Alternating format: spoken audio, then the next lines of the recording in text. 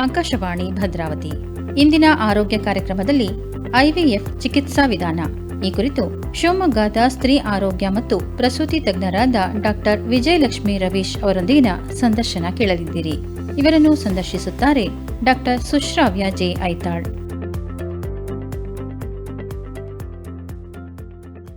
ಕೆಳಗರೆ ಪ್ರತಿ ವರ್ಷ ಜುಲೈ 25ರಂದು ವಿಶ್ವ IVF ದಿನವೆಂದು ಆಚರಿಸಲಾಗುತ್ತೆ. ಈ IVF ಅನ್ನೋ ಪದವನ್ನ ಕೇಳಿದ ಕೂಡಲೇ ಸಾಕಷ್ಟು ಜನರಲ್ಲಿ ಗೊಂದಲ ಮೂಡುತ್ತೆ. ಹೀಗಂದ್ರೇನು, ನಿಜವಾಗಿಯೂ ಈ ಚಿಕಿತ್ಸೆಯಲ್ಲಿ ಏನನ್ನ ಮಾಡ್ತಾರೆ, ಹಾಗೆ ಇದು ಹೇಗೆ ಮಕ್ಕಳಾಗದ ಪೋಷಕರಿಗೆ ಉಪಯುಕ್ತ ಅಂತ, ಇದರ ಬಗ್ಗೆ ನಮಗೆ ಬೇಕಾದ ಎಲ್ಲ ಮಾಹಿತಿಯನ್ನ ಸ್ಪಷ್ಟವಾಗಿ ನೀಡಲು ನಮ್ಮೊಂದಿಗೆ ಇವತ್ತು ಡಾಕ್ಟರ್ ವಿಜಯಲಕ್ಷ್ಮಿ ರವೀಶ್ ಅವರಿದ್ದಾರೆ. ಇವರ ಬಗ್ಗೆ ಹೇಳೋದಾದ್ರೆ, ಇವರು ಶಿವಮೊಗ್ಗದಲ್ಲಿ ತಮ್ಮದೇ ಆದ ಶ್ರೀ ಲಕ್ಷ್ಮೀ ನರ್ಸಿಂಗ್ ಹೋಮ್ನಲ್ಲಿ ಕಳೆದ 23 ವರ್ಷಗಳಿಂದ ಸ್ತ್ರೀ ಆರೋಗ್ಯ ಮತ್ತು ಪ್ರಸೂತಿ ತಜ್ಞರಾಗಿ ಕಾರ್ಯನಿರ್ವಹಿಸುತ್ತಿದ್ದಾರೆ. ಅಷ್ಟೇ ಅಲ್ಲ, ಇವರು ಭಾರತೀಯ ವೈದ್ಯಕೀಯ ಸಂಘ ಹಾಗೂ ಫಾಕ್ಸಿಯ ಸಕ್ರಿಯ ಸದಸ್ಯರು ಕೂಡ ಆಗಿದ್ದಾರೆ. ನಮಸ್ಕಾರ ಡಾಕ್ಟರ್ ವಿಜಯಲಕ್ಷ್ಮಿ ರವೀಶ್ ಅವರೇ, ನಿಮಗೆ ನಮ್ಮ ಆರೋಗ್ಯ ಕಾರ್ಯಕ್ರಮಕ್ಕೆ ಆಧಾರದ ಸ್ವಾಗತ. ನಮಸ್ಕಾರ ಡಾಕ್ಟರ್ ಸುಶ್ರಾವ್ಯ. ಡಾಕ್ಟರ್, ಈಗ ಎಲ್ಲಿ ಕೇಳಿದ್ರು ಈ IVF ವಿಧಾನ ಬಹಳ ಸಾಮಾನ್ಯವಾಗಿಬಿಟ್ಟಿದೆ ಅಂತಲೇ ನಾವು ಹೇಳ್ಬೋದು. ಆದರೆ ನಮಗೆ ಈ ವಿಧಾನದ ಬಗ್ಗೆ ಅಷ್ಟು ಸ್ಪಷ್ಟವಾದ ಮಾಹಿತಿ ಇಲ್ಲದ ಕಾರಣ ನಮ್ಮ ಕೇಳುಗರಿಗೆ ಈ IVF ಚಿಕಿತ್ಸೆ ಅಂದ್ರೆ ಏನು, ಹಾಗೆ ಈ IVF ಚಿಕಿತ್ಸೆಯ ವಿಧಾನವನ್ನ ಯಾವಾಗ ಕಂಡು ಹಿಡಿದಿದ್ದು ಅಂತ ತಿಳಿಸ್ತೀರಾ? IVF ಅಥವಾ ಇನ್ವಿಟ್ರೋ ಫರ್ಟಿಲೈಸೇಷನ್, ಹೀಗಂದ್ರೆ ಶರೀರದ ಹೊರಗೆ ಕೃತಕವಾಗಿ ಅಂಡಾಣು ಮತ್ತು ವೀರ್ಯಾಣುಗಳನ್ನು ಜೋಡಿಸಿ ಭ್ರೂಣವನ್ನು ತಯಾರಿಸಿ ನಂತರ ಗರ್ಭಧಾರಣೆ ಮಾಡಿಸುವ ಚಿಕಿತ್ಸೆ ಎಂದಾಗುತ್ತದೆ. ಈ ಚಿಕಿತ್ಸಾ ವಿಧಾನವನ್ನು ಪ್ರಣಾಳ ಶಿಶು ಚಿಕಿತ್ಸೆ ಅಥವಾ ಟೆಸ್ಟ್ ಟ್ಯೂಬ್ ಬೇಬಿ ಟ್ರೀಟ್ಮೆಂಟ್ ಅಂತ ಕೂಡ ನಾವು ಕರಿತೇವೆ. ಈ ಚಿಕಿತ್ಸಾ ವಿಧಾನ ವೈದ್ಯಕೀಯ ಕ್ಷೇತ್ರದ ಒಂದು ಅತ್ಯದ್ಭುತ ಆವಿಷ್ಕಾರಗಳಲ್ಲಿ ಒಂದು, ಮತ್ತು ಇಟ್ಸ್ ಅ ರೆವಲ್ಯೂಷನ್, ಅಂದ್ರೆ ವೈದ್ಯಕೀಯ ಚಿಕಿತ್ಸೆಯಲ್ಲಿ ಒಂದು ರೆವಲ್ಯೂಷನರಿ ಟ್ರೀಟ್ಮೆಂಟ್ ಅಂತ ಕೂಡ IVF ನ ನಾವು ಕರಿತೇವೆ. ಪ್ರಾಣಿಗಳಲ್ಲಿ ಕೃತಕ ಗರ್ಭಧಾರಣೆ 1870ರಲ್ಲೇ ಶುರುವಾಗಿತ್ತು. 1978 ಅಲ್ಲಿ ಪ್ರಪಂಚದ ಮೊಟ್ಟ ಮೊದಲ ಪ್ರಣಾಳ ಶಿಶು ಲೂಯಿ ಬ್ರೌನ್ ಎನ್ನುವ ಹೆಣ್ಣು ಮಗು ಇಂಗ್ಲೆಂಡ್ನಲ್ಲಿ ಜುಲೈ 25ರಂದು ಜನಿಸಿದಳು. ಹಾಗಾಗಿ ಜುಲೈ 25ಅನ್ನ ನಾವು ವರ್ಲ್ಡ್ IVF ಡೇ ಎಂದು ಸೆಲೆಬ್ರೇಟ್ ಮಾಡ್ತೀವಿ. ವೈದ್ಯರಾದ ರಾಬರ್ಟ್ ಎಡ್ವರ್ಡ್ಸ್, ಪ್ಯಾಟ್ರಿಕ್ ಸ್ಟೇಫೆ ಮತ್ತು ಜಾನ್ ಪುರಡೆ ಅವರು ಈ ಒಂದು ಅಚ್ಚರಿಯ ಆವಿಷ್ಕಾರದಲ್ಲಿ ಮೊದಲ ಬಾರಿಗೆ ಜಯ ಸಾಧಿಸಿದರು. ಬಹಳಷ್ಟು ಜನ ಸಂಶೋಧನೆ ನಡೆಸಿದ್ದಾರೆ.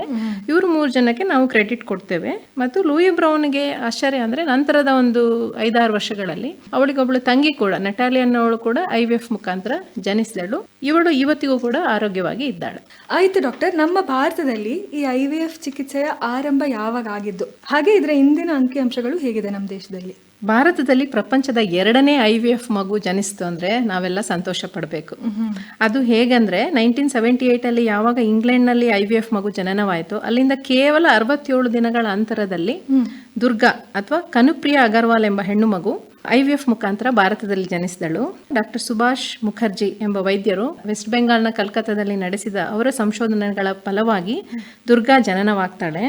ಆದರೆ ಇದರ ದೌರ್ಭಾಗ್ಯವೆಂದರೆ ಈ ವೈದ್ಯರು ಸರ್ಕಾರಕ್ಕೆ ತಮ್ಮ ಸಂಶೋಧನಾ ಲೇಖನವನ್ನು ಅಂತಾರಾಷ್ಟ್ರೀಯವಾಗಿ ಮಂಡಿಸಲು ಕೋರಿಕೆ ಇಡ್ತಾರೆ. ಆಗಿನ ಸರ್ಕಾರಗಳು ಅವರನ್ನು ನಂಬೋದಿಲ್ಲ, ಇನ್ನು ಅವರ ಸಂಶೋಧನೆಯನ್ನು ಸಂಶಯಾತ್ಮಕವಾಗಿ ನೋಡ್ತಾರೆ. ಹಾಗೂ 1981ರಲ್ಲಿ ಒಂದು ದುರ್ಘಟನೆ ಆಗುತ್ತದೆ. ಡಾಕ್ಟರ್ ಸುಭಾಷ್ ಮುಖ್ಯೋಪಾಧ್ಯಾಯ ಅವರು ತಮ್ಮ ಯಾವುದೇ ಸಂಶೋಧನೆಗೆ ಮನ್ನಣೆ ಸಿಗಲಿಲ್ಲ ಅನ್ನುವ ನೋವಿಗೆ ನೇಣಿಗೆ ಶರಣಾಗ್ಬಿಡ್ತಾರೆ. ಈ ದುರಂತವನ್ನು ಏಕ್ ಡಾಕ್ಟರ್ ಕಿ ಮೌತ್ ಅಥವಾ ಡೆತ್ ಆಫ್ ಎ ಡಾಕ್ಟರ್ ಎಂಬ ಮೂವಿನಲ್ಲಿ ಅತ್ಯಂತ ಪರಿಣಾಮಕಾರಿಯಾಗಿ ಚಿತ್ರಿಸಿದ್ದಾರೆ. ಅಲ್ಲಿಂದ ಮುಂದುವರೆದಂತೆ ಸಂಶೋಧನೆಗಳು ICMR ಅಂದ್ರೆ Indian council of medical research ನ ವಿಜ್ಞಾನಿಗಳು ಇವರದೇ ಪ್ರಬಂಧಗಳನ್ನು ಮತ್ತೆ ಕೂಲಂಕಷವಾಗಿ ಪರೀಕ್ಷಿಸಿ ಅಧ್ಯಯನ ಮಾಡಿ ಇವರಿಗೆ ಮನ್ನಣೆ ತಂದು ಕೊಡುತ್ತಾರೆ. ಇವತ್ತು ಡಾಕ್ಟರ್ ಸುಭಾಷ್ ಮುಖ್ಯೋಪಾಧ್ಯಾಯ ಅವರನ್ನು ಭಾರತದ IVF ಪಿತಾಮಹ ಅಥವಾ father of IVF in India ಎಂದು ನಾವು ಗೌರವಿಸುತ್ತೇವೆ. ಇನ್ನು ಅಂಕಿ ಅಂಶಗಳಿಗೆ ಬಂದರೆ, ಇಂದು ಪ್ರತಿ ವರ್ಷ 2.5ರಿಂದ 3 ಲಕ್ಷ IVF ಸೈಕಲ್ಸ್ ನಡೆಯುತ್ತದೆ ವರ್ಷದಲ್ಲಿ, ಮತ್ತು ಅವಶ್ಯಕತೆ ಇದಕ್ಕಿಂತ ಹೆಚ್ಚಾಗಿದೆ. ಹಾಗೂ ಇನ್ನು ಅಂಕಿ ಅಂಶಗಳಲ್ಲಿ ಮುಂಚೂಣಿಯಲ್ಲಿ ಚೀನಾ ಮತ್ತು ಅಮೆರಿಕ ಕೂಡ ಇದೆ. So IVF is A famous treatment. ಸರಿ ಡಾಕ್ಟರ್ ವಿಜಯಲಕ್ಷ್ಮಿ, ಈಗ ಬಂಜೆತನ ಅಂತ ಯಾವ ವೈದ್ಯಕೀಯ ಸಂದರ್ಭದಲ್ಲಿ ಕರಿತೀವಿ, ಹಾಗೆ ಎಷ್ಟು ದಂಪತಿಗಳಿಗೆ ಈ ಸಮಸ್ಯೆ ಕಾಡುತ್ತೆ, ಇದ್ರ ಬಗ್ಗೆ ಹೇಳಿ. ಬಂಜೆತನ, ಇನ್ಫರ್ಟಿಲಿಟಿ ಎಂದರೆ ದಂಪತಿಗಳು ಮದುವೆಯಾದ 1 ವರ್ಷಗಳು ಸಹಜವಾಗಿ ಯಾವುದೇ ಗರ್ಭ ನಿರೋಧಕಗಳನ್ನು ಬಳಸದೆ ಸಂಭೋಗ ಮಾಡಿದ ನಂತರದಲ್ಲೂ ಗರ್ಭಧಾರಣೆ ಸಾಧ್ಯವಾಗದೇ ಇರುವುದನ್ನ ಬಂಜೆತನ ಅಂತ ಕರಿತೇವೆ. ಮದುವೆಯಾದ 1 ವರ್ಷಗಳಲ್ಲಿ ಇದು 12ರಿಂದ 15% ದಂಪತಿಗಳನ್ನು ಕಾಡುತ್ತದೆ. 2 ವರ್ಷಗಳ ಅವಧಿಯಲ್ಲಿ ವೇಟ್ ಮಾಡಿದರೆ, ಮದುವೆಯಾಗಿ 2 ವರ್ಷಕ್ಕಾದಾಗ ಈ ಅಂಕಿಗಳು 10%ಗೆ ಇಳಿಯುವ ಸಾಧ್ಯತೆ ಇರುತ್ತದೆ. ಇನ್ನು ಮಹಿಳೆ ಅಥವಾ ಪುರುಷರ ಸಮಸ್ಯೆಗಳಿಂದ ಎಷ್ಟರ ಮಟ್ಟಿಗೆ ಬಂಜೆತನ ಕಾಡುತ್ತೆ ಅಂತ ಆದಾಗ 40-50% ಮಹಿಳೆಯರಲ್ಲಿ ಆರೋಗ್ಯ ಸಮಸ್ಯೆಗಳಿರುತ್ತೆ. ಇನ್ನು 40-50% ಪುರುಷರಲ್ಲಿ ಈ ಬಂಜೆತನಕ್ಕೆ ಕಾರಣವಾಗುವಂಥ ಅಂಶಗಳು ಇರುತ್ತೆ. ಕಂಬೈನ್ಡ್ ಫ್ಯಾಕ್ಟರ್ ಅಂತೀವಿ. ಅಂದ್ರೆ ಇಬ್ರು ದಂಪತಿಗಳನ್ನು ಸೇರಿಸಿ ನೋಡಿದಾಗ ಕೆಲವರಲ್ಲಿ 10-20% ದಂಪತಿಗಳಲ್ಲಿ ಇಬ್ಬರಲ್ಲೂ ಕೂಡ ಆರೋಗ್ಯ ಸಮಸ್ಯೆ ಇದ್ದು ಅದರಿಂದ ಈ ಬಂಜೆತನ ಬರುವ ಸಾಧ್ಯತೆಗಳು ಕೂಡ ಇರುತ್ತದೆ. ಹಾಗಿದ್ದಲ್ಲಿ ಡಾಕ್ಟರ್, ಈ IVF ಅನ್ನೋದು ಬಂಜೆತನಕ್ಕೆ ಯಾವ ಹಂತದಲ್ಲಿನ ಚಿಕಿತ್ಸೆ ಅಥವಾ ಪ್ರಾಥಮಿಕ ಹಂತದಲ್ಲೇ ಈ ಚಿಕಿತ್ಸೆ ನೀಡ್ತಾರಾ ಅಥವಾ ಹೇಗೆ? IVF ಬಂಜೆತನಕ್ಕೆ ಕಟ್ಟಕಡೆ ಚಿಕಿತ್ಸಾ ವಿಧಾನ ಅಂತ ನಾನು ಕನ್ಸಿಡರ್ ಮಾಡ್ತೀನಿ ಅಥವಾ ನಾನು ಹೇಳಲಿಕ್ಕೆ ಇಷ್ಟಪಡ್ತೀನಿ.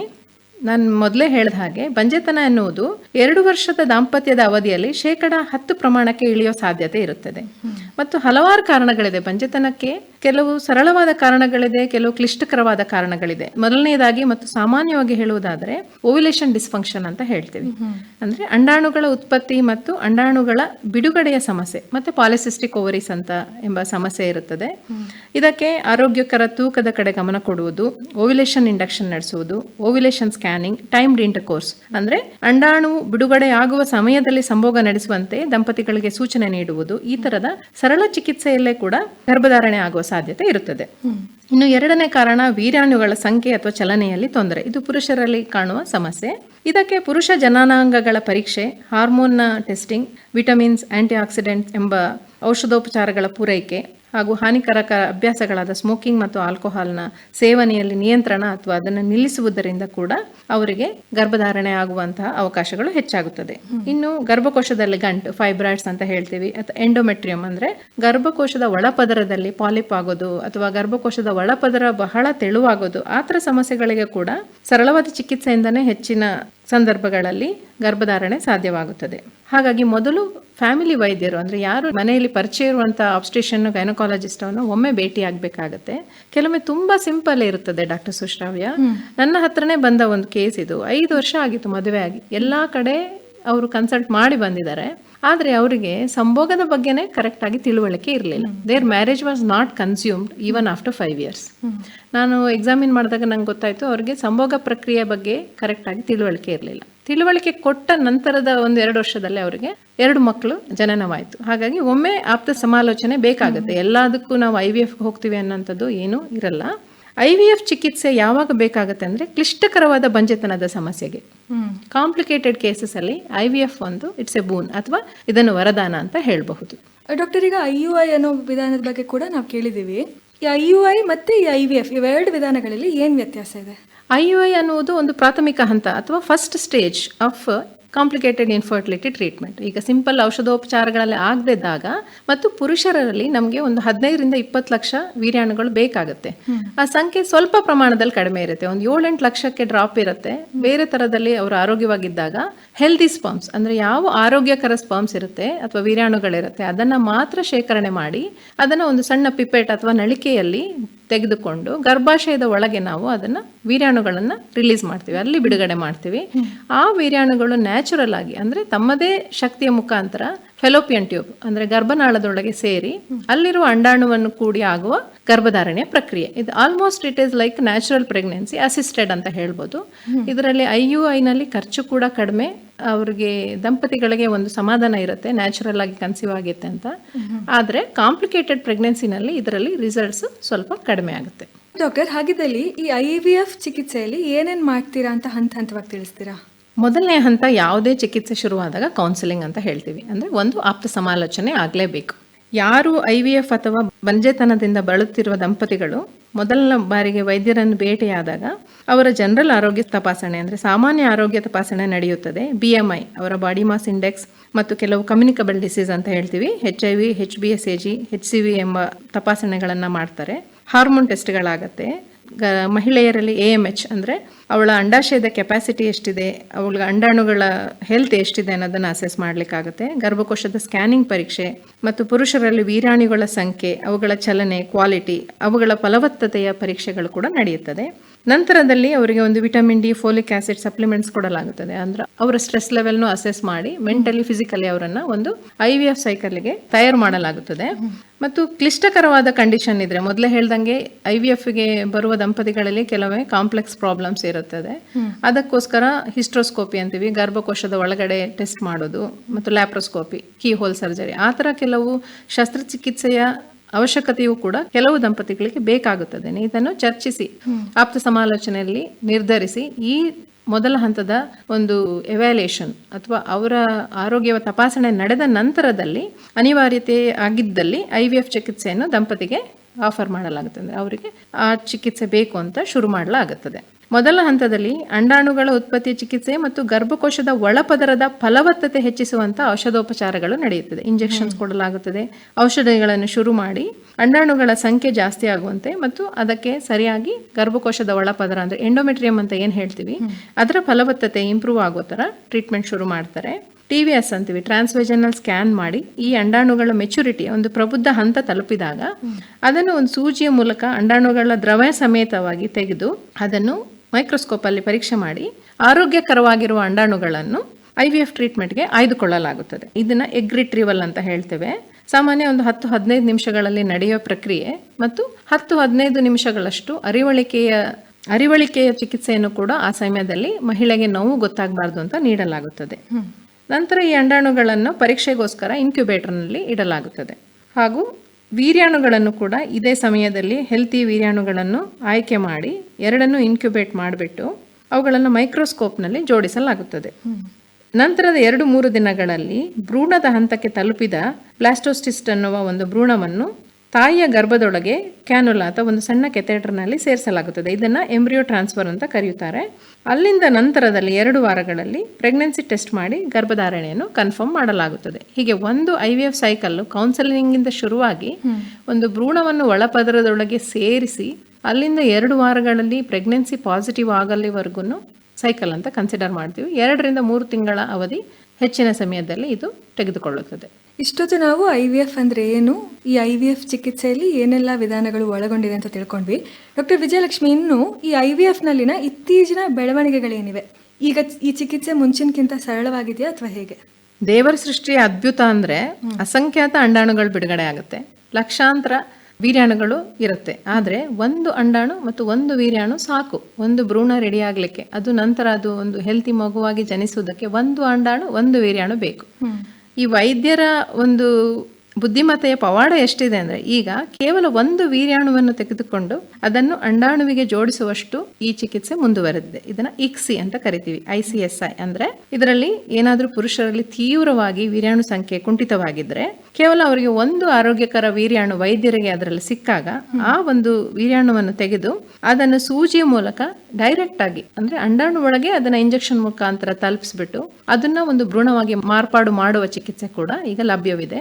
ಇದು ತುಂಬ ಅಂದರೆ ಇದು it's a boon for infertile couple. ಅವ್ರಿಗೆ ತುಂಬ ಕುಂಠಿತವಾಗಿದ್ದಾಗ ಅವರು ಡಿಪ್ರೆಸ್ ಆಗೋದು ಬೇಡ, ವೀರ್ಯಾಣು ಸಂಖ್ಯೆ ಇಲ್ಲ ಅಂತ ಹೇಳಿ ಮಾನಸಿಕವಾಗಿ ಕುಗ್ಗುವ ಅವಶ್ಯಕತೆ ಇಲ್ಲ, ಅದಕ್ಕೂ ಕೂಡ ಚಿಕಿತ್ಸೆ ಅವೈಲಬಲ್ ಇದೆ. ಎರಡನೇದು ಕ್ರಯೋ ಪ್ರಿಸರ್ವೇಷನ್ ಆಫ್ ಎಗ್ಸ್ ಅಂತೀವಿ, ಅಂದರೆ ಅಂಡಾಣುಗಳನ್ನು ಘನೀಕರಿಸುವುದು. ಇಂದು ಮಹಿಳೆ ಪುರುಷ ಪ್ರಧಾನ ಸಮಾಜದಲ್ಲಿ ಅವನ ಹೆಗಲಿಗೆ ಹೆಗಲು ಕೊಟ್ಟು ನಡೆಯುವ ಹಂತದಲ್ಲಿ ವಯಸ್ಸು ಅವಳ ಜೊತೆಗೆ ನಿಲ್ತಾ ಇಲ್ಲ. Marriages are becoming late. ನಾವು 30-35 ವರ್ಷ ದಾಟಿದ ನಂತರ ಮದುವೆ ಆಗುವ ಸಾಧ್ಯತೆ ಹೆಚ್ಚಾಗ್ತಾ ಇದೆ. ಯಾವಾಗಲೂ ನಾವೇನು ಹೇಳ್ತೀವಿ, 25-35 ವರ್ಷದ ಒಳಗೆ ಅಂಡಾಣುಗಳ ಕ್ವಾಲಿಟಿ ಮತ್ತು ಅವುಗಳ ಫಲವತ್ತತೆ ಹೆಚ್ಚಾಗಿರುತ್ತೆ. ಇಂಥ ಅಂಡಾಣುಗಳನ್ನ ಅಂಡಾಣು ಬ್ಯಾಂಕ್ನಲ್ಲಿ ಪ್ರಿಸರ್ವ್ ಮಾಡುವುದು.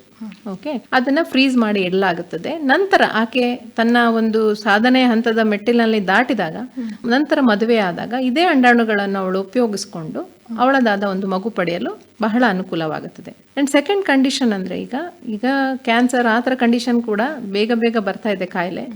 ಅದರಲ್ಲಿ 2ನೇ ಹಂತದ ಟ್ರೀಟ್ಮೆಂಟ್, ಕೀಮೋಥೆರಪಿ, ರೇಡಿಯೇಷನ್ ಆ ಥರದ ಚಿಕಿತ್ಸೆ ಅವಶ್ಯಕತೆ ಇದ್ದಾಗ ಕೂಡ ಮಹಿಳೆ ತನ್ನ ಅಂಡಾಣುಗಳನ್ನು ಫ್ರೀಸ್ ಮಾಡಿ ಇಟ್ಟುಬಿಟ್ರೆ ಅವಳಿಗೆ ಚಿಕಿತ್ಸೆ ಮುಗಿದ ನಂತರ ಪ್ರೆಗ್ನೆನ್ಸಿ ಟ್ರೈ ಮಾಡಲಿಕ್ಕೆ ಅನುಕೂಲವಾಗುತ್ತದೆ.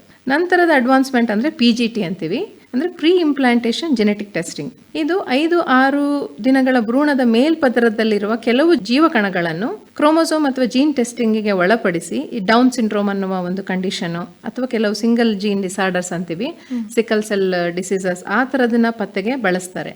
ಇದು ಫ್ಯಾಮಿಲಿನಲ್ಲಿ ಸಮಸ್ಯೆಗಳಿದ್ದಾಗ ಈ ಟೆಸ್ಟಿಂಗಿಗೆ ಭ್ರೂಣನ ಒಳಪಡಿಸ್ತಾರೆ.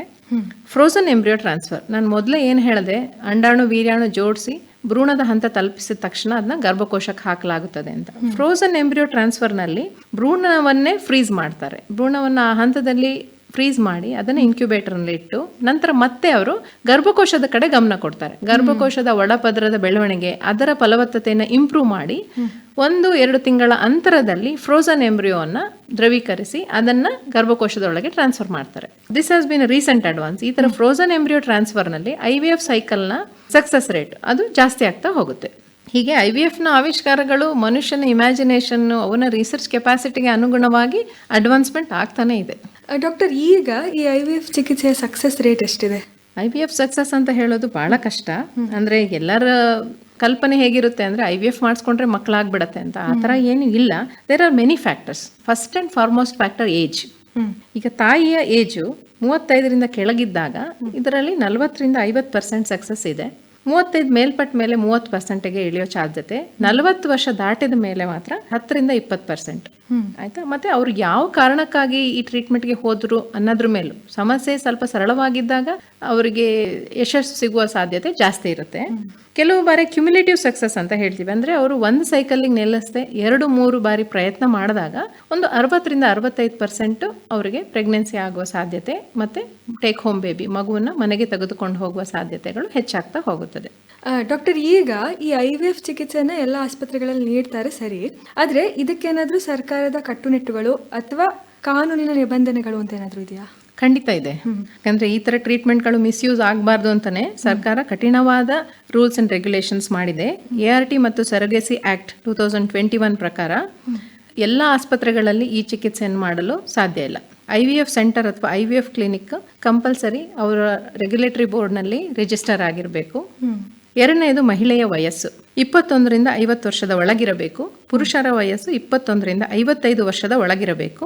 And it should be heterosexual marriage, ಅಂದ್ರೆ ಗಂಡು ಹೆಣ್ಣು ಮದುವೆ ಆಗಿರಬೇಕು ಅಥವಾ ಸಿಂಗಲ್ ಮದರ್ ಮಾತ್ರ ಈ IVF ಟ್ರೀಟ್ಮೆಂಟ್ಗೆ ಭಾಜನಳಾಗಬಹುದು. ಇನ್ನು ಸರೋಗೆಸಿ ಅಂತ ಹೇಳ್ತೀವಿ, ಅಂದ್ರೆ ಬಾಡಿಗೆ ತಾಯಿ. ಅಲ್ಲೂ ಅಷ್ಟೇ, ಯಾವ ದಂಪತಿಗಳು ಇದನ್ನ ಆಶಯ ಪಡ್ತಾರೋ ಅವರು ವಿವಾಹಿತರಾಗಿರಬೇಕು ಮತ್ತು ಆ ಮಹಿಳೆಗೆ ಮೊದಲು ಮಕ್ಕಳಿರಬಾರದು. ಅವಳ ಗರ್ಭಕೋಶದಲ್ಲಿ ಗರ್ಭಧಾರಣೆ ಯಾವುದೇ ಪ್ರಕಾರದಲ್ಲೂ ಸಾಧ್ಯವಾಗದೇ ಇರುವಂತ ಕಂಡೀಷನ್ ಇರಬೇಕು. ಮತ್ತು ಬಾಡಿಗೆ ತಾಯಿಯ ವಯಸ್ಸು 25-35 ವರ್ಷದೊಳಗಿರಬೇಕು. ಲೈಫ್ ಟೈಮಲ್ಲಿ 1 ಬಾರಿ ಮಾತ್ರ ಆಕೆ ಸರೋಗೇಟ್ ಮದರ್ ಆಗಬಹುದು. ಅವಳ ಖರ್ಚು ವೆಚ್ಚಗಳನ್ನ ಯಾವ ದಂಪತಿಗಳು ಮಗುವನ್ನ ಬಯಸ್ತಾರೋ ಅವರೇ ವಹಿಸ್ಕೊಳ್ಬೇಕು. ಅವಳ ಆರೋಗ್ಯದ ಕಡೆ ಅವರು ಗಮನ ಕೊಡಬೇಕು ಅನ್ನುವ ರೂಲ್ಸ್ ಇದೆ. ಇನ್ನು ವೀರ್ಯಾಣು ಬ್ಯಾಂಕ್, ಅಂಡಾಣು ಬ್ಯಾಂಕ್ ಅಂತ ಕೇಳ್ತೀವಲ್ಲ, ಅಲ್ಲಿ ಕೂಡ ವೀರ್ಯಾಣು ಡೊನೇಷನ್ ಈಗ 1 ಸರಿ ಮಾತ್ರ ಮಾಡ್ಲಿಕ್ಕೆ ಸಾಧ್ಯ ಇದೆ. ಮೊದಲು ಹಲವು ಬಾರಿ ಕೊಡ್ತಾ ಇದ್ರು, ಈಗ ಆ ಥರ ಇಲ್ಲ, ಒನ್ಸ್ ಇನ್ ಲೈಫ್ ಟೈಮ್. ಅಂಡಾಣು ಡೊನೇಷನ್ ಅಷ್ಟೇ ಒನ್ಸ್ ಇನ್ ಲೈಫ್ ಟೈಮ್ ಅಷ್ಟೇ ಮಾಡಬಹುದು ಅಂತ ರೂಲ್ಸ್ ಇದೆ. ಸರಿ ಡಾಕ್ಟರ್, ಈ IVFನ ಬಗ್ಗೆ ಇರುವ ಒಂದು ಕುತೂಹಲಕಾರಿ ಪ್ರಶ್ನೆ ಏನಂದ್ರೆ, ಜನರು ಇದ್ರ ಬಗ್ಗೆ ಯಾವೆಲ್ಲ ತಪ್ಪು ಕಲ್ಪನೆಗಳನ್ನ ಇಟ್ಕೊಂಡು ನಿಮ್ಮ ಬಳಿ ಬರ್ತಾರೆ ಅಂತ, ಇದ್ರ ಬಗ್ಗೆ ಹೇಳಿ. IVF ಅಂದ್ರೆ ಬಹಳಷ್ಟು ತಪ್ಪು ಕಲ್ಪನೆಗಳಿದೆ. IVF ಸೆಂಟರ್ಗೆ ಹೋದ್ರೆ ಕೇವಲ IVF ಮಾತ್ರ ಮಾಡ್ತಾರೆ. ಈಗ ನಮ್ಮ ಹತ್ರ ಬರ್ತಾರೆ ಬಹಳ ಜನ, ಸಮಸ್ಯೆಗಳು ಸರಳನೂ ಇರುತ್ತೆ, ಕ್ಲಿಷ್ಟನೂ ಇರುತ್ತೆ. ನಾವು ಈಗ ನಮ್ಮ ಲೆವೆಲ್ನ ಟ್ರೀಟ್ಮೆಂಟ್ ಅಂದ್ರೆ ಒಂದು ಬೇಸಿಕ್ ಟ್ರೀಟ್ಮೆಂಟ್ ಕೊಟ್ಟು ನಾವೇ ಸಜೆಸ್ಟ್ ಮಾಡಿದ್ರು ಅವ್ರು ಹೇಳೋದು, ಮೇಡಮ್ IVF ಸೆಂಟರ್ಗೆ ಹೋದ್ರೆ ಅಲ್ಲಿ IVF ಮಾಡ್ಬಿಡ್ತಾರೆ ಅಂತ. ಖಂಡಿತ ಇಲ್ಲ. ಈಗ ಏನು IVF ಸ್ಪೆಷಲಿಸ್ಟ್ ಅಂತ ಅವ್ರ ಸೆಂಟರ್ನಲ್ಲಿ ಅಲ್ಲಿ ಇದ್ರ ಬಗ್ಗೆ ಇನ್ನೂ ಆಳವಾದ ಅಧ್ಯಯನ ನಡೆದಿದೆ. ಬಂಜೆತನದ ಬಗ್ಗೆ ಅವರು ಆಳವಾಗಿ ಅಧ್ಯಯನ ಮಾಡಿರ್ತಾರೆ. ಎಲ್ಲಾ ರೀತಿಯ ಚಿಕಿತ್ಸೆಯ ಸಾಧ್ಯತೆಯನ್ನು ಸರಿಯಾಗಿ ನಿರ್ಧರಿಸುವಂತ ಸಾಮರ್ಥ್ಯ ಹೊಂದಿರುತ್ತಾರೆ. ಹಾಗಾಗಿ ಒಬ್ರು ಡಾಕ್ಟರ್ ನೋಡಿ ನೀವು IVF ಮಾಡಿಸ್ಕೋಬೇಕು ಅಂದಾಗ IVF ಸ್ಪೆಷಲಿಸ್ಟ್ ಹತ್ರ ಡಿಸ್ಕಸ್ ಮಾಡಿ ನಂತರ ಮುಂದುವರಿಯೋದು ಅತ್ಯಂತ ಸೂಕ್ತ. ಎರಡನೇದಾಗಿ IVF ಮಾಡಿಸಿದ್ರೆ ಮಕ್ಕಳು ಆಗೇ ಬಿಡುತ್ತೆ ಅದು ಕೂಡ ಇಲ್ಲ. ನಾನು ಮೊದಲನೇ ಹೇಳಿದೆ, best of the best centres ಒಂದು 50-60% ಅಷ್ಟೇ ಗ್ಯಾರಂಟಿ ಕೊಡೋಕೆ ಸಾಧ್ಯ. ಬಂಜೆತನಕ್ಕೆ IVF ಮಾತ್ರ ಟ್ರೀಟ್ಮೆಂಟ್, ಇದು ಹಳ್ಳಿಗಳಲ್ಲಿ ತುಂಬಾ ಇದೆ. ಅವರು ಟ್ರೀಟ್ಮೆಂಟ್ಗೆ ಹೋಗೋದಿಲ್ಲ. ಇಲ್ಲ ಇಲ್ಲಿ ಹೋದ್ರೆ ಆಸ್ಪತ್ರೆಗೆ ಹೋದ್ರೆ IVF ಮಾಡ್ತಾರೆ, ಅದ್ರ ಬಗ್ಗೆ ಇರೋ ತಪ್ಪು ಕಲ್ಪನೆಗಳಿಂದ ಟ್ರೀಟ್ಮೆಂಟ್ಗೆ ಮುಂದುವರಿಯೋದಿಲ್ಲ. ಅದು ಕೂಡ ತಪ್ಪು ಕಲ್ಪನೆ. ಮತ್ತು IVF ಸೈಕಲ್ನಲ್ಲಿ ಬಳಸುವ ಅತಿಯಾದ ಔಷಧೋಪಚಾರದಿಂದ ಕ್ಯಾನ್ಸರ್ ಬರಬಹುದು. ಇದು ಬಹಳ ಜನರಿಗೆ ಆ ಥರ ಅನುಮಾನ ಇರುತ್ತೆ, ಇಲ್ಲ ನನ್ಗೆ ತುಂಬ ವೇಟ್ ಗೇನ್ ಆಗ್ಬಿಡತ್ತೆ, ಆ ಥರ ಎಲ್ಲ ಕನ್ಸರ್ನ್ಸ್ ಇರುತ್ತೆ. ಇತ್ತೀಚೆಗೆ IVF ಸೈಕಲ್ಸ್ ಎಷ್ಟು ಸುಧಾರಿಸ್ಬಿಟ್ಟಿದೆ ಅಂದರೆ ಈವನ್ ಔಷಧೋಪಚಾರಗಳು ಕೂಡ ಬಹಳ ಗಣನೀಯ ಪ್ರಮಾಣದಲ್ಲಿ ಕಡಿಮೆ ಆಗಿದೆ ಅಂತ ಹೇಳ್ಬೋದು. ನಂತರದ ಪ್ರಶ್ನೆ ಅಂದರೆ IVFನಲ್ಲಿ ಜನಿಸಿದ ಮಗು ಆರೋಗ್ಯಕರವಾಗಿರೋದಿಲ್ಲ. ಎಲ್ಲ ಪ್ರೆಗ್ನೆನ್ಸಿನಲ್ಲೂ ಈಗ ನಾರ್ಮಲ್ ಆಗಿ 25 ವರ್ಷಕ್ಕೆ ತಾಯಿಗೆ ಜನಿಸಿದ ಮಗುವಿಗೂ ಕೂಡ 2-5% ತೊಂದರೆ ಬರೋ ಸಾಧ್ಯತೆ ಇರುತ್ತೆ. IVF ಪ್ರೆಗ್ನೆನ್ಸಿಯಲ್ಲಿ ಕೂಡ ಇದೇ ಪರ್ಸೆಂಟೇಜಲ್ಲಿ ಮಗುಗೆ ತೊಂದರೆ ಕಾಣಿಸಬಹುದು. ಅದು ಭ್ರೂಣವಾಗಿ ಸ್ಕ್ಯಾನಿಂಗ್ ಮಾಡಿದಾಗ ಗೊತ್ತಾಗ್ಬೋದು, ಹುಟ್ಟಿದ ನಂತರ ಗೊತ್ತಾಗ್ಬೋದು. ಅಷ್ಟು ಬಿಟ್ಟರೆ IVF ಪ್ರೆಗ್ನೆನ್ಸಿನಲ್ಲಿ ಮಾತ್ರ ಮಗುಗೆ ತೊಂದರೆ ಆಗುತ್ತೆ ಅಂತ ಇಲ್ಲ. ಇಲ್ಲಿ ಕೆಲವು ಕಾಂಪ್ಲಿಕೇಟೆಡ್ ಇಶ್ಯೂ ಇರುತ್ತೆ. ತಾಯಿಯ ವಯಸ್ಸು ಜಾಸ್ತಿ ಆಗಿರುತ್ತೆ ಅಥವಾ ಅವಳ ಆರೋಗ್ಯದಲ್ಲಿ ಏನಾದರೂ ವ್ಯತ್ಯಾಸ ಆಗಿರುತ್ತೆ, ಅದು ಹುಟ್ಟಿದ ಮಗುವಿಗೆ ಕಾಣಿಸ್ಕೊಳ್ಳೋ ಸಾಧ್ಯತೆ ಬರಬಹುದು. ಈಗ ನಾವು ಹೇಳಿದ್ವಲ್ಲ, Louise Brown, she is a 47-year-old lady and doing healthy. ಅವಳಿಗೆ 2 ಮಕ್ಕಳಿದ್ದಾರೆ. ಸೊ ಅಂದ್ರೆ ಆಲ್ಮೋಸ್ಟ್ 40-50 ವರ್ಷಗಳಷ್ಟು ರಿಸರ್ಚ್ನ ಸಕ್ಸಸ್ ಆಲ್ರೆಡಿ ನಾವು ಕಾಣಿಸ್ತಾ ಇದ್ದೀವಿ. ಸೊ ಆ ಥರ ತಪ್ಪು ಕಲ್ಪನೆ ಇರಬಾರ್ದು. ಅಂಡ್ ಮೋಸ್ಟ್ ಇಂಪಾರ್ಟೆಂಟ್ ಅಂದ್ರೆ IVF ಅಂದ್ರೆ ಬೆಡ್ ರೆಸ್ಟ್ ಅಂತ. ಇನಿಷಿಯಲ್ ಸ್ಟೇಜಲ್ಲಿ ವೈದ್ಯರಿಗೂ ಆತಂಕ ಇತ್ತು. ಇದೆಲ್ಲ ಕಾಸ್ಟ್ಲಿ ಟ್ರೀಟ್ಮೆಂಟ್ ಆಗಿರೋದ್ರಿಂದ ಬಹುಶಃ ಮಹಿಳೆಗೆ ಸ್ವಲ್ಪ ರಿಸ್ಟ್ರಿಕ್ಷನ್ ಹಾಕ್ತಾ ಇದ್ರು. ಈಗ ಎಲ್ಲರಿಗೂ ನಾಲೆಜ್ ಇಂಪ್ರೂವ್ ಆಗಿದೆ, ಡಾಕ್ಟರ್ಸ್ದು ಕಾನ್ಫಿಡೆನ್ಸ್ ಜಾಸ್ತಿ ಇರೋದ್ರಿಂದ ಈವನ್ IVF ಮಾಡಿಸ್ಕೊಂಡ್ರು ಕೂಡ ಕೆಲವು ಭಾರ ಎತ್ತುವಂಥ ಕೆಲಸಗಳು, ತುಂಬ ಸ್ಟ್ರೆಸ್ಫುಲ್ ಆಕ್ಟಿವಿಟಿ ಬಿಟ್ಟರೆ ಅವರು ಎಲ್ಲ ಮಹಿಳೆಯರ ಥರ ಅವರ ರೊಟೀನನ್ನು, ಅವರ ವರ್ಕನ್ನು ಕಂಟಿನ್ಯೂ ಮಾಡೋದು ಖಂಡಿತ ಸಾಧ್ಯ ಇದೆ. ಡಾಕ್ಟರ್ ವಿಜಯಲಕ್ಷ್ಮಿ, ಕೊನೆಯದಾಗಿ ಕೇಳೋದಾದ್ರೆ ಈ IVF ಚಿಕಿತ್ಸೆಯ ಕುರಿತು ನಮ್ಮ ಜನರಿಗೆ ಏನು ಸಂದೇಶ ಅಥವಾ ಸಲಹೆ ನೀಡ ಬಯಸ್ತೀರಾ ನೀವು? ಗರ್ಭಧಾರಣೆ ಅನ್ನೋದು ಒಂದು ಸಹಜ ಪ್ರಕ್ರಿಯೆ. ಆರೋಗ್ಯವಂತ ಮಹಿಳೆ ಪುರುಷರಲ್ಲಿ 1 ವರ್ಷ ಸಹಜ ಸಂಭೋಗಕ್ಕೆ ಯಾವತ್ತೂ ಪ್ರಯತ್ನ ಇರಬೇಕು. ಅದರಲ್ಲಿ 90% ಯಶಸ್ಸು ಸಿಕ್ಕೇ ಸಿಗುತ್ತದೆ. ಹಾಗಾಗಿ ಪಕ್ಕದ ಮನೆಯಲ್ಲಿರೋ ಒಬ್ಳು ಮದುವೆಯಾಗಿ ಒಂದು ಹೆಣ್ಣು ಮಗುವೆ 1 ತಿಂಗಳಲ್ಲಿ ಗರ್ಭಧಾರಣೆ ಆಯಿತು ಅಂತ ತಮ್ಮ ಮನೆ ಸೊಸೆಯನ್ನು ಟ್ರೀಟ್ಮೆಂಟ್ಗೆ ಕಳಿಸೋದು ಬಿಡಬೇಕು. ಅವರಿಗೆ ಅವರಾಗಿ ಸಹಜವಾಗಿ ಟ್ರೈ ಮಾಡಲಿಕ್ಕೆ ಸ್ವಲ್ಪ ಅವಕಾಶ ಕೊಡಬೇಕು. 25-35 ವರ್ಷದ ಒಳಗೆ ಒಂದು ಮಗುವನ್ನು ಹೊಂದುವ ಪ್ರಯತ್ನ ಪ್ರತಿಯೊಬ್ಬ ದಂಪತಿಯು ಮಾಡಬೇಕು. ಯಾರಿಗೂ ನಮಗೆ ವಯಸ್ಸಿನಲ್ಲಿ ವಾಪಸ್ ಹಿಂದಿರುಗೋದಕ್ಕೆ ಆಗೋದಿಲ್ಲ. ವಯಸ್ಸು ಹೆಚ್ಚಾದಷ್ಟು ಕಾಂಪ್ಲಿಕೇಶನ್ಸ್ ಜಾಸ್ತಿ ಆಗ್ತಾ ಹೋಗುತ್ತೆ. ಮತ್ತು IVF ಚಿಕಿತ್ಸೆಯ ಟ್ರೀಟ್ಮೆಂಟ್ನ ಕಾಸ್ಟ್ ನಾವಿಬ್ರು ಡಿಸ್ಕಸ್ ಮಾಡಲಿಲ್ಲ. ಲಕ್ಷಾಂತರ ರೂಪಾಯಿ ಖರ್ಚು ಬರುತ್ತೆ. ಆರ್ಥಿಕವಾಗಿ ಏನಾದರೂ ಹಿಂದುಳಿದವರಿಗೆ ಈ ಟ್ರೀಟ್ಮೆಂಟ್ ಬಗ್ಗೆ ಕನಸು ಕಾಣೋದು ಕಷ್ಟ. ಸೊ ಈ ವಿಚಾರವಾಗಿ ನನ್ಗನ್ಸೋದು ಗೌರ್ಮೆಂಟ್ ಹಾಸ್ಪಿಟಲ್ ಅಂದರೆ ಈಗ ಎಲ್ಲ ಹಾಸ್ಪಿಟಲ್ಸ್ ತುಂಬ ಎಕ್ವಿಪ್ಡ್ ಆಗಿದೆ. ಸರ್ಕಾರಿ ಆಸ್ಪತ್ರೆಗಳಲ್ಲಿ ಎಲ್ಲ ಥರ ಚಿಕಿತ್ಸೆ ನಡೀತಾ ಇದೆ. ಅಲ್ಲಿಗೆ IVF ಟ್ರೀಟ್ಮೆಂಟ್ ಬರಬೇಕು. ಅವರು ಟ್ರೈನ್ ಆಗಿ ಅಲ್ಲಿರುವ ಸೂಪರ್ ಸ್ಪೆಷಲಿಸ್ಟ್ ಅವರು IVF ಟ್ರೀಟ್ಮೆಂಟ್ನ ತಗೊಂಡು ಅದರಲ್ಲಿ ಮುಂದುವರೆದು ಬಡವರಿಗೆ ಬಹಳ ಅನುಕೂಲ ಆಗುತ್ತೆ. 4ನೇದು ಅಡಾಪ್ಷನ್ ಅಥವಾ ದತ್ತು ತೆಗೆದುಕೊಳ್ಳೋದು ಅಂತ ಹೇಳ್ತೀವಿ. ಬಂಜೆತನದ ಎಲ್ಲ ಚಿಕಿತ್ಸೆಯು ವಿಫಲವಾದಾಗ ಮಗುವನ್ನು ಅಡಾಪ್ಟ್ ಮಾಡ್ಕೊಳ್ಳೋದು ಅಥವಾ ದತ್ತು ತೆಗೆದುಕೊಳ್ಳುವುದು ದಂಪತಿಗಳಿಂದ ಒಂದು ಅತ್ಯುತ್ತಮ ನಡೆಯಾಗಿದೆ. Adoption is one of the best treatment for infertility ಅಂತ ನನ್ನ ಗುರುಗಳು ಹೇಳ್ತಾ ಇದ್ರು. ಯಾವ ತಂದೆ ತಾಯಿಗಳು ಮಗುವನ್ನು ದತ್ತು ತೆಗೆದುಕೊಂಡು ಸಾಕುತ್ತಿದ್ದಾರೋ ಅವರಿಗೆ ನನ್ನ ಅನಂತ ನಮನಗಳು. ಡಾಕ್ಟರ್ ವಿಜಯಲಕ್ಷ್ಮಿ ರವೀಶ್ ಅವರೇ, ನೀವಿಷ್ಟೊತ್ತು ನಮ್ಮ ಕೇಳುಗರಿಗೆ ವಿಶ್ವ IVF ದಿನ ಹಾಗೂ IVF ಚಿಕಿತ್ಸೆಯ ಕುರಿತು ಬಹಳಷ್ಟು ಉಪಯುಕ್ತಕಾರಿಯಾದ ಮಾಹಿತಿಯನ್ನು ನೀಡಿದ್ರಿ. ನಿಜಕ್ಕೂ ನಮ್ಮ ಕೇಳುಗರಿಗೆ ಸಹಾಯ ಮಾಡಿದೆ ಇದು ಅಂತ ನಾನು ಭಾವಿಸ್ತೀನಿ. ಧನ್ಯವಾದಗಳು ನಿಮಗೆ. ನಮಸ್ಕಾರ. ಧನ್ಯವಾದಗಳು. ಇದುವರೆಗೂ IVF ಚಿಕಿತ್ಸಾ ವಿಧಾನ ಈ ಕುರಿತು ಶಿವಮೊಗ್ಗದ ಸ್ತ್ರೀ ಆರೋಗ್ಯ ಮತ್ತು ಪ್ರಸೂತಿ ತಜ್ಞರಾದ ಡಾಕ್ಟರ್ ವಿಜಯಲಕ್ಷ್ಮಿ ರವೀಶ್ ಅವರೊಂದಿಗಿನ ಸಂದರ್ಶನ ಕೇಳಿದಿರಿ. ಸಂದರ್ಶಕರು ಡಾಕ್ಟರ್ ಸುಶ್ರಾವ್ಯ ಜೆ ಐತಾಳ್. ರಾಜ್ಯವ್ಯಾಪಿ ಪ್ರಸಾರವಾದ ಈ ಕಾರ್ಯಕ್ರಮ ಆಕಾಶವಾಣಿ ಭದ್ರಾವತಿ ಕೇಂದ್ರದ ಕೊಡುಗೆ.